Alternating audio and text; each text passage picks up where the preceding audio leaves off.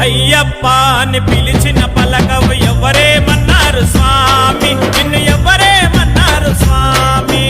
అయ్యప్ప అని పిలిచిన పలకవు ఎవరేమన్నారు